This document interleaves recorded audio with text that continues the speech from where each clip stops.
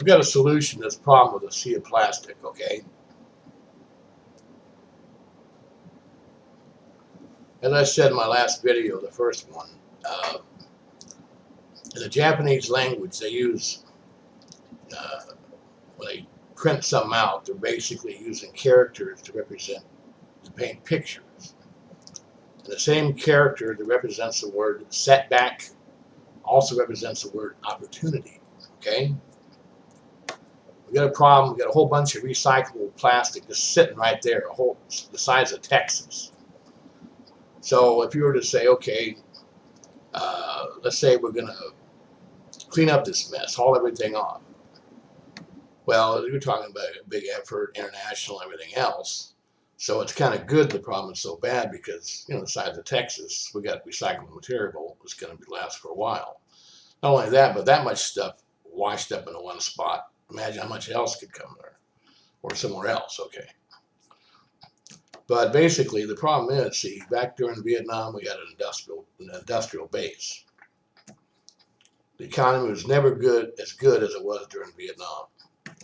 If you got fired from your job as an auto worker at 10 o'clock in the morning, by 1 o'clock in the afternoon, if you sobered up by then, you had a job across the street. That's the way it was, okay? Workmen back then got a good wage. It was enough to buy a car, buy a house, you know, the American dream. Only problem was it cost, you know, 200 body bags a week during Vietnam. That was what it was. It was you know, helping the economy, but that's pretty much all it was. And divided the nation and all other good stuff. We know all about that. But anyway, I started on a project years ago. Got an idea for, you know, electric boat, and then it kind of evolved into a kind of electric steam or electric diesel propulsion, and it kind of evolved from there to where I have an idea now for an electric steam propulsion submarine that will run underwater without the need for combustion. And what I'm saying is that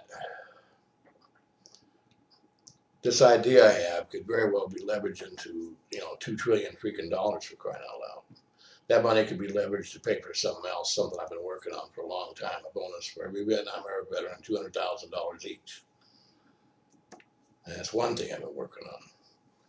But anyway, like I said, the sea of plastic, I got a lot of ideas on how to do that. We could have ships right on site, scooping the stuff up, melting it down into, you know, some kind of material that's not going to end up in doing the same thing again, you know, in a landfill or out on the water. I think we should start using hemp a lot also.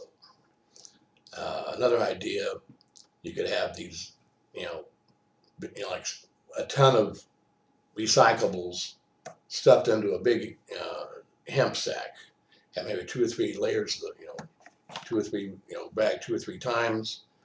Big floating balls of stuff could be just float on the current. Wait until a certain time and just the current can take it where they want to go.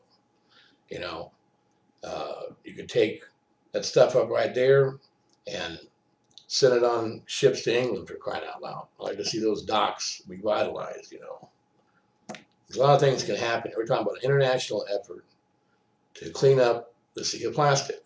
And that could be tied into this problem with Mexico, because if Mexico revitalizes its base, imagine, if you will, looking at the map of the United States, Canada, and Mexico, all up and down the west coast and up and down the east coast, having all kinds of things going on again. So the problem has been, I think, one of the problems is that people are concerned about overpopulation, ain't enough money, ain't enough food for everybody. And anyway, I got some ideas on that also. All right. But anyway, contact me any way you can, and we'll talk about it. Bye.